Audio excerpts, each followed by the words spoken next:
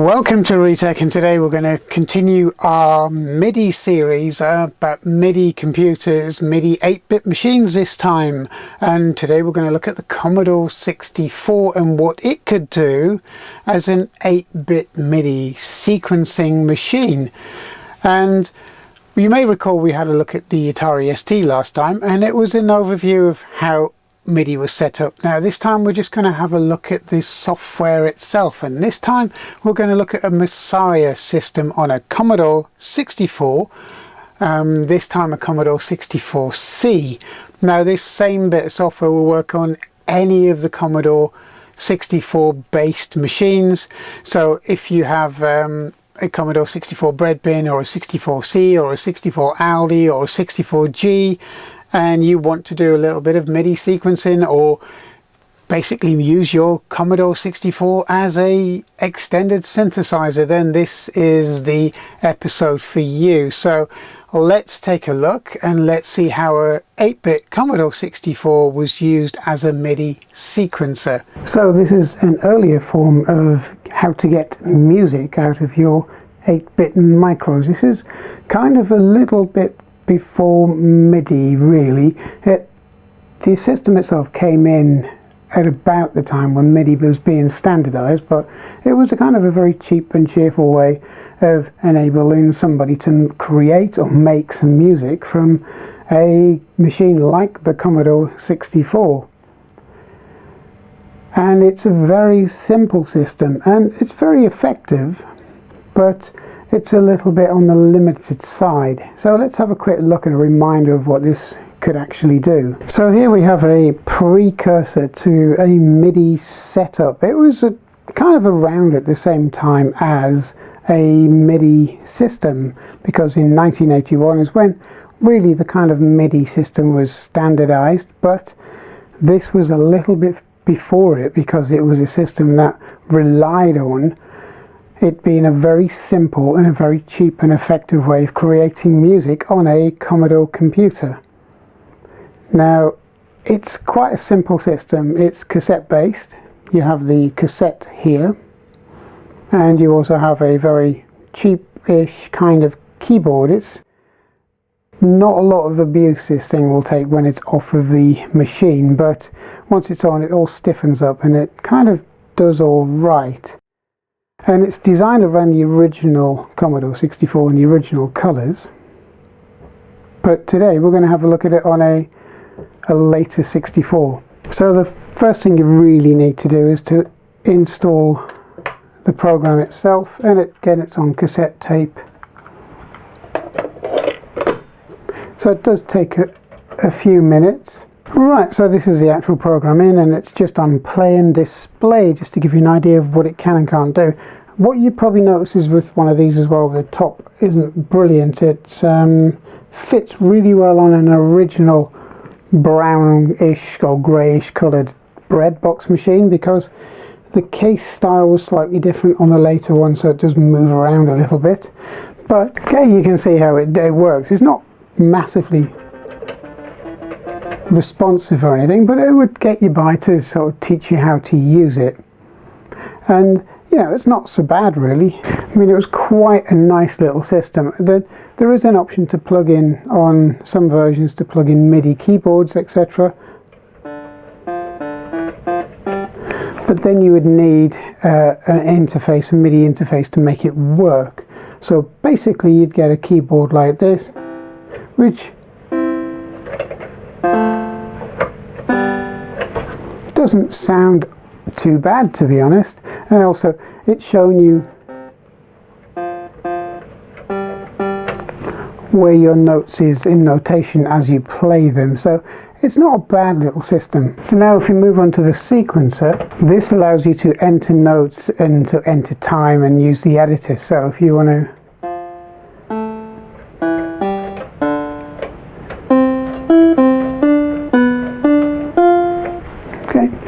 all the notes then are recorded, so then you could actually play it back or use the editor. So the next option would be just to see what the demos are, really see what this thing can really do.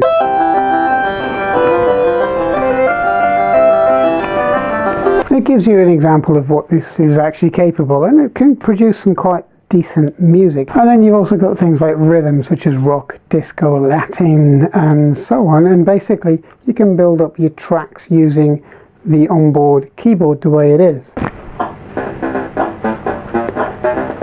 And it's very SID chippy, it's very SID chip.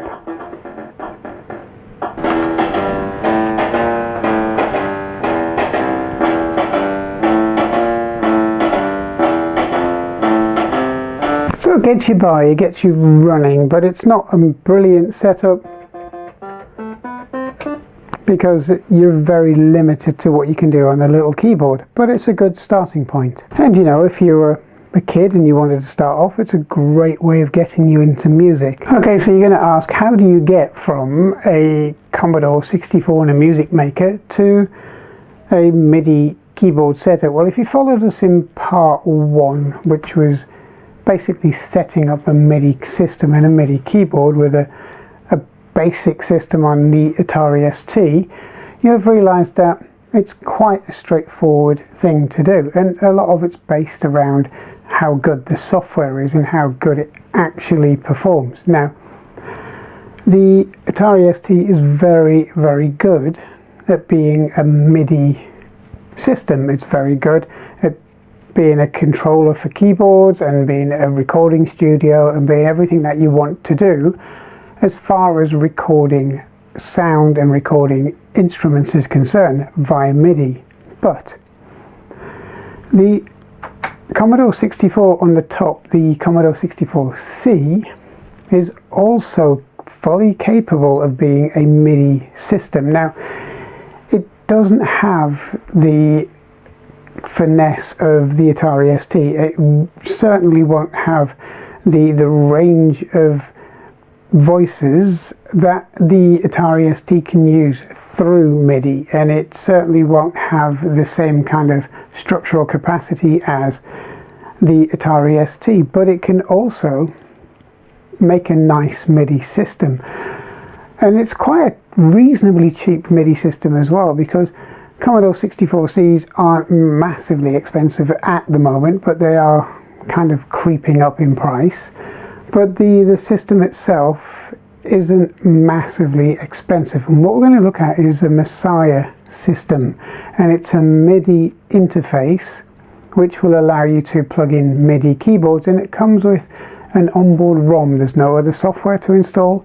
It basically comes with a suite that you can start recording and using your MIDI keyboard on. Now, you can use a MIDI controller keyboard such as this one, a modern MIDI controller keyboard, or you can use an older keyboard, which such as this 90s one from Yamaha, and this will do just as good a job. And also the voices that this keyboard can use can also play through the MIDI system as well, so you're not just relying on the voices that come within the software on a Mssiah system, for example. So you can use most of the range, not all, because it can't cope with some of the voices that this can use. Obviously you're a bit restricted with the 3-voice system on the SID chip, although it's very good. But it's one of those things, it's kind of a compromise when you're starting off with the 8-bit machine. But it's fully capable. Now, how does it work? Well, you have a Yamaha keyboard or whatever keyboard you want to use, and it's using the same system. It's using the same MIDI cables like this that we saw in the last video on how to set up one, and it plugs into an adapter, and you can see at the back of the machine there's a cable just sticking up there, and that's the MIDI cable which goes into the keyboard itself. And from that point on, it acts as a standard MIDI system, although limited, but it acts as a nice MIDI system. And also you can use the more modern keyboards or even a modern MIDI controller keyboard, but you're going to be restricted to the voices that you can use on here, although you can edit the frequencies and you can edit them so they sound very different from one another. But if you want to be able to use piano, or if you want to be able to use harpsichord, or if you want to be able to use oboe or whatever, you can use it right off the bat on one of these keyboards. Now, to record off of here, probably the best way is to put it through a little mixing box. Okay, you can get a mixing box which doesn't rely on a 24-bit sound card. Obviously your Commodore isn't going to be able to support that, and you can also use a 24-bit system from a PC, but you won't be able to use anything other than through its input and outputs from basic audio lines, but again it will still do the same job. So let's have a quick look at how this system's set up, and as you probably noticed since the last video, it's changed a little bit because I've just put a few extra monitors up there because we're running different systems, and you will have to do that. Unlike a modern DAW, if you want to use, let's say, a Atari ST running MIDI with a Commodore 64 running MIDI, and you want to then output it and record it either to the Atari ST or even to a modern piece of software such as a modern DAW, you can use the audio out from all of these into a modern DAW, and it will actually still record, and you can still edit the sounds that you've recorded via that as well. So you're not kind of restricted to using older software. But again, you can actually run it through the Atari ST, create a MIDI file from any of these machines, and then manipulate it as you need it, all on this machine. But that's something we'll come to a little bit later. But let's have a look at the Mssiah system running on a Commodore 64C. Okay, so we have a 64C just here, and we have the MIDI device and the MIDI cable plugged in at the back here, so you can see the MIDI cable just there, and basically you can see on screen it says Mssiah SID software, or MIDI SID software. So one of the things you'll notice is that you've got quite a few options. The first one is a sequencer, the next one's the mono synthesizer, you've got a bassline creator, a drummer, and a wave player. Okay, now it's actually mouse driven. I've got the adapter to allow it to be used as a mouse system. So what I'm going to do is go straight into the sequencer. Now it takes about 30 seconds to come up, and this is where you have your sequencer, and the first thing you have to do is to set your mouse, otherwise it doesn't quite respond as well as it should. Okay, so you set your mouse up, and you can see it works as a normal mouse, which is a brilliant thing, especially on one of these older machines. Now we're going to use it off of the Yamaha, so I'm just going to turn the Yamaha keyboard on, and this is where you control all of your sequencing for your tracks, but we're going to take a look at that a little later. What we're going to do is take a look at this system as a system to record MIDI from, or to allow your 64 to produce sounds. Okay, so if you go to functions and straight into MIDI mode, you get various options. You got multi-timbral, which basically splits the keyboard into two sections. So you've got a part of the keyboard which you will have a different sound to the other. So what we'll do now is we'll change it to polyphonic. Okay, so you can see the keyboard on here, just to make sure that you can actually see us playing it, and here we go. Okay, you can see it's polyphonic. Okay, and there's your three notes. So that's how this system works, and it's not a bad little way of recording something on a kind of SID based thing. And the other thing on this machine is you have full range on the keyboard. It's not like your Commodore 64 with the overlay, it's got a full keyboard range. So if I start from the top and I work my way down,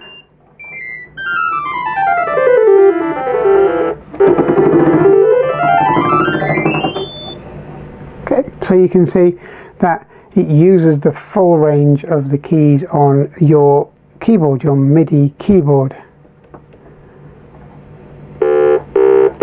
And I've just changed the voice on the keyboard, and you can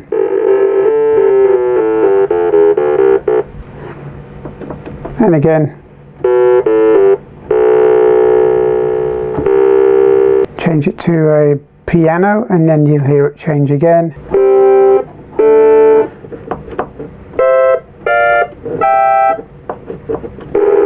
Okay, so every time you change your voice, so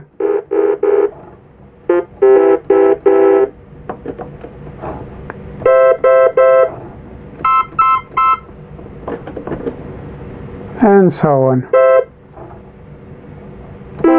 Some of the voices that the system can't cope with because you've only got the 3 channels on the SID, but you'll find a lot of the voices actually do work.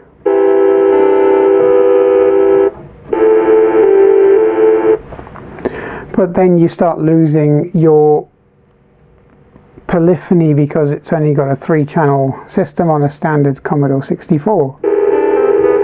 Okay, so if you do, and then you want to add in another voice, that's fine. But then if you want to add in another 2 voices,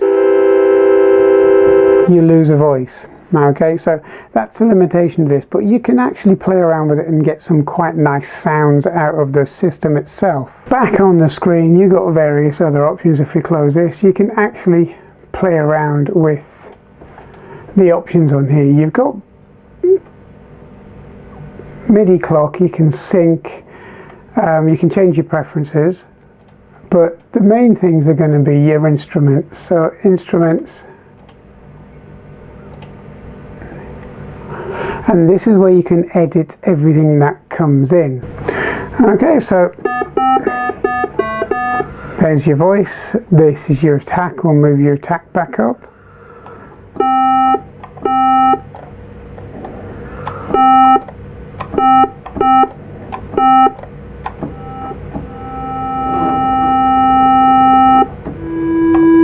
Once you've moved your values around, I've got my attack up and I've got my decay down a little bit. I'll take sustain down, and well, you can hear what it does. It actually, when you press the key, it builds up. Now you release the key, it drops slowly. Okay, so you can see.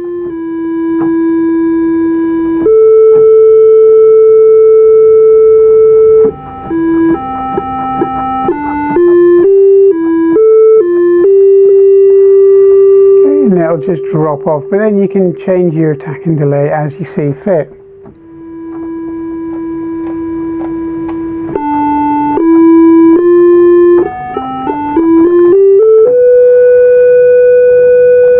And you can take your sustain levels down. And then you can drop your release.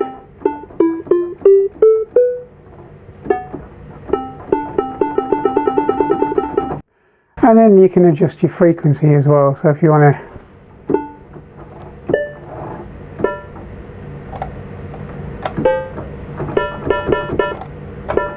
there you go. So if we use this note here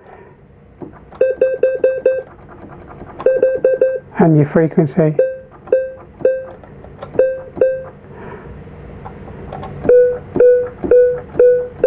then you can change your envelope.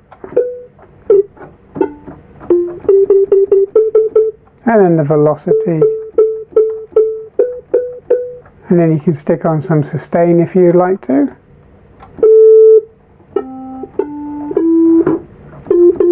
Oh, and you want to improve your attack.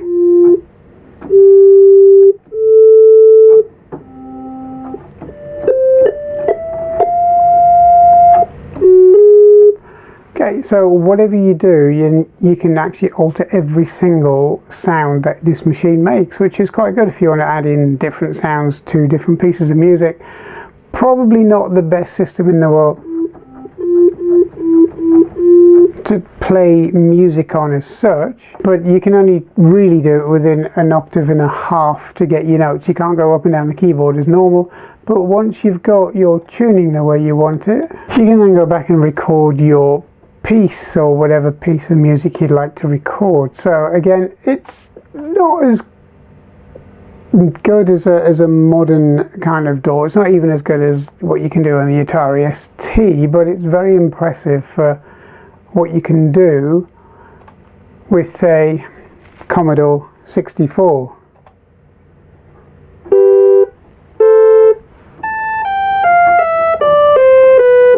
And that's by tuning it, you can now hear the sounds that you've created by altering the frequency. So, or you can further down.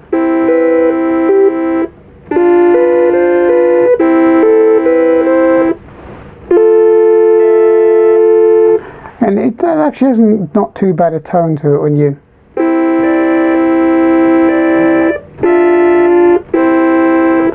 But the problem is you're getting losses on the SID chip simply because it's not really designed for this at all. But one of the things you'll notice is there's not much latency in it.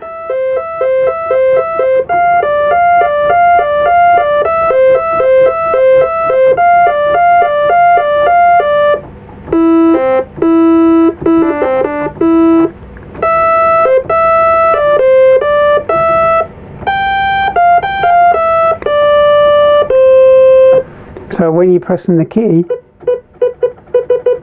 it's instant. There's no delay, there's no latency. So if you want to alter your tone, alter whatever you want to put on this machine to actually add into your normal compositions, if you want to record it from here through to a recording on maybe an Atari ST through Midi, or some other form of recording through a mixer box and so on, then you can add in SID chip sounds straight off of this. And you know what, they're quite clear, they're not bad at all. So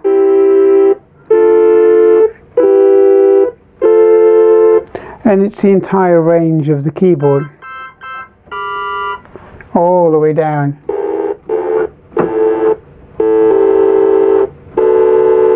To the bass line, so it's not a bad system.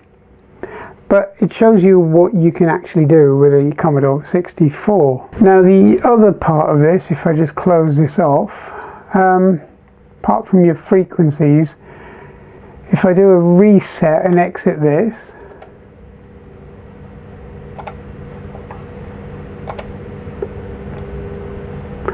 and you've got the drummer on here, which is quite an interesting little addition.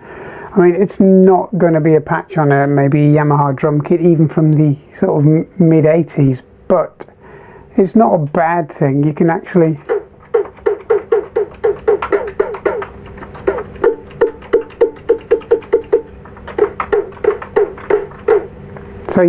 add in some sounds if you need to.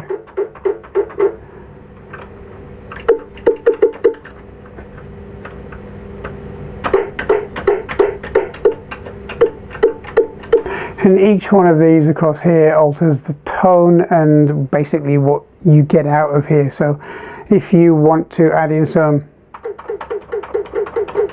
drum sounds to your composition, or you want to do a kind of a retro style composition, you can use this entire machine to lay down two separate tracks, so you can record it even through a program such as Audacity, because Audacity will allow you to record directly from the audio out of a television set or an amplifier, whatever you've got attached to your Commodore 64, and you can use the two separate channels. So you can do your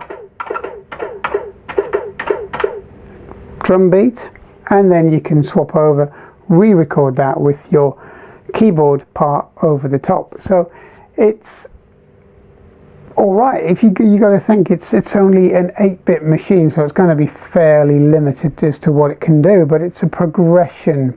Now you have to remember that MIDI, when the original Commodore 64 was out, wasn't a thing, it wasn't standardized. So this system with the music maker was quite an early way of producing music, and then there was various other MIDI implementations that came out after that, and it allowed a kind of a bedroom composer to make some music. It also allowed you to put tracks down for games if you were that way inclined, and so on. So it was a good system.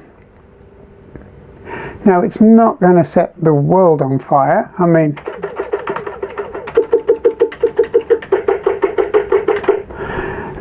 the sounds that it produces are very bon-tempi in style, but you know, that's just the way it is, because it's just one of those things. You can't have everything, especially if you go retro. You got to put it with the retro sounds, whether it's keyboard or drum kit or whatever. So I think it's a great way of producing classic sounds, basically drum kits and tones, etc. And it's going to be a nice addition if you want to make your own music. You might think that, you know, we've moved on. Well, we have moved on, and it doesn't mean that because something is older it's going to be worse, because I would like to add in some classic sounding 8-bit sounds into compositions on these keyboards. Now this keyboard here is about 10 years older than the one on the top. But when you think about pianos, okay, so we'll just do.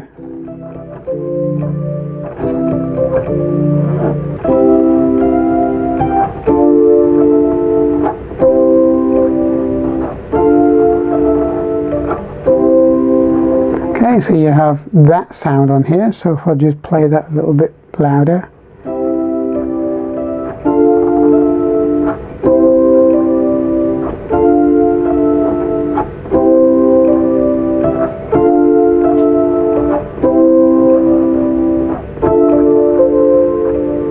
Now, you heard that one, so there's the bottom piano, which if I use similar kind of notes, and we'll go from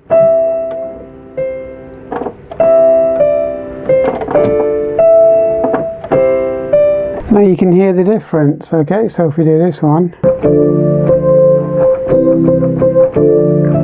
now if we do this one down the bottom,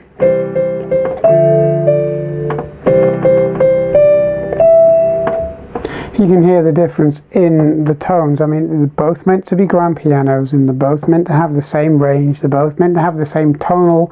They have basically the same chip inside of them that produces the tones, but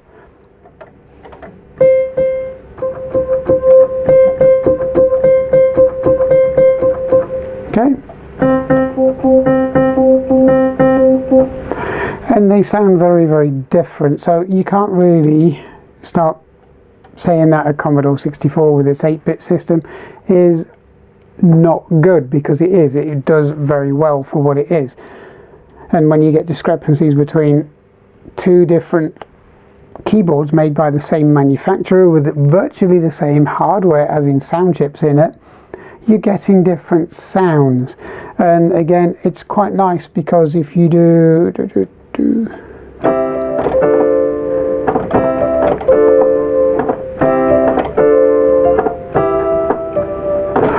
they kind of complement each other and they make a nice tone together. So if you're playing two different keyboards and two different pianos, you can actually hear the dual pianos rather than one big harsh sound. So again, swings and roundabouts. It's kind of something that, you know, you either like or you don't. It's preference, it's music, it's everyone's different. So as far as the Commodore 64 system is, it's capable, it's very capable. It's got a drum kit on it.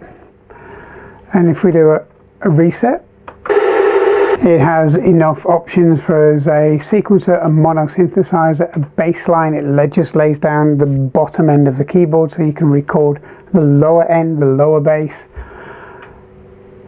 a drummer and your sequencer as well. It's a system that if you want to play around with it and you want to start learning how these things were put together, and you already have a Commodore 64 and you maybe have a MIDI keyboard from way back and you want to have a try, well, it's worthwhile doing. But both systems here, you've got a Atari ST, which is much more advanced.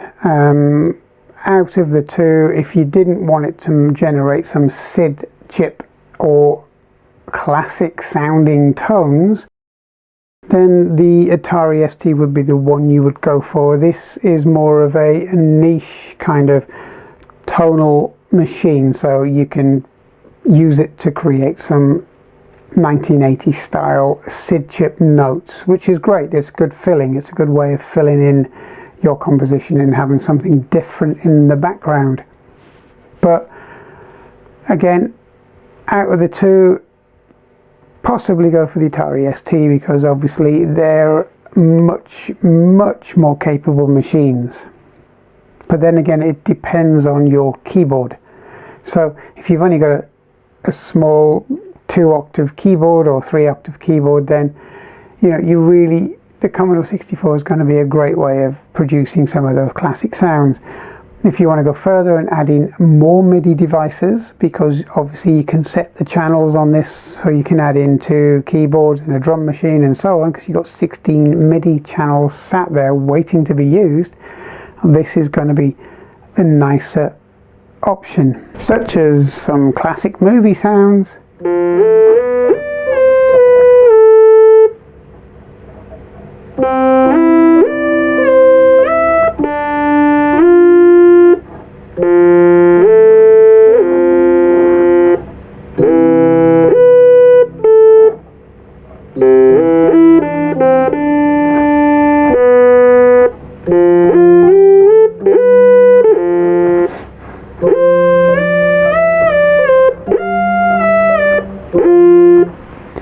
So you can add in SciFi sounds very easily because it's using the SID chip itself. So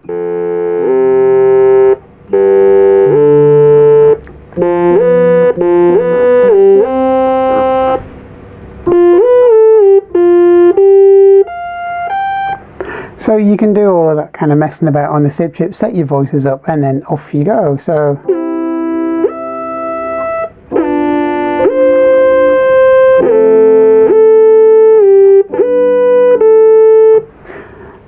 and you can kind of muck around with it, and that's what this is ideal for. It's the weird and random sounds that are very difficult to replicate on modern machines.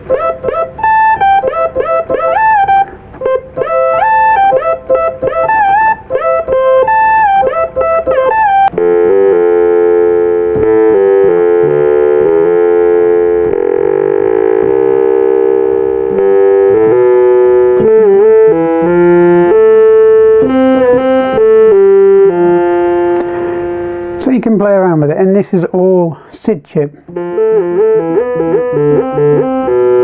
Okay, so I hope you enjoyed that look at the Commodore 64 and the 8-bit era as far as MIDI sequencing is concerned, and I hope you found that the Commodore 64 could be a very useful sound machine in creating compositions in sound and music. And it's not trying to be anything else. It still has those SID chip qualities. It still sounds like a 1980s SID chip based machine. It's not trying too hard to be anything else, and adding in those sounds to kind of a classical composition or something that you've decided to produce on your own could be a bonus. And there's a lot of variables you can adjust to make those sounds sound even more retro or more sci-fi, or whichever kind of genre you're aiming to do your piece for. And it's a fantastic device. Now, the next episode is going to cover a little bit more in depth on the MIDI side, on what you can add to your sequencer, what you can do with the hardware once you've got it to this point where you can adjust the sound and you can record basic tracks. And we're going to look into that on the next episode. And then after that, hopefully, if everything goes to plan, we're going to then look at producing some compositions using both machines combined, and with additional machines such as drum synthesizers and so on not just the classic hardware. We're going to try and then look towards how that could be integrated on a modern door as well. So you may have a modern door and you might not want to use a classic machine to kind of mix and compose your own tunes and your own music. And you can still use classic hardware, classic MIDI on a modern door. And we're going to have a look at how to do that a little bit further down the line. So I hope you've enjoyed this. I hope you subscribe, and please click subscribe below and we'll notify you when these new videos are out there and when you can view the progression of the MIDI system, and also all of the other videos that we do based around classic hardware. And we're also going to put on the Retro Hour channel a kind of compressed version of the videos so far this month. So whatever you've done, we do in January, at the end of January, we're going to basically produce an episode on the Retro Hour to basically hopefully fill around about an hour of all of the best bits of the videos and the best bits of the MIDI system and the sequencing system, all kind of compressed into one long video. And that will be done on the Retro Hour channel on a monthly basis. Plus within that channel will also have its own format looking at other classic hardware that we don't cover on this channel. So I hope you join us on that very shortly. It should be active probably when you're watching this or not long afterward. So have a look and hopefully join in on that channel as well. So thanks for watching. Please subscribe and I'll see you soon. Thank you.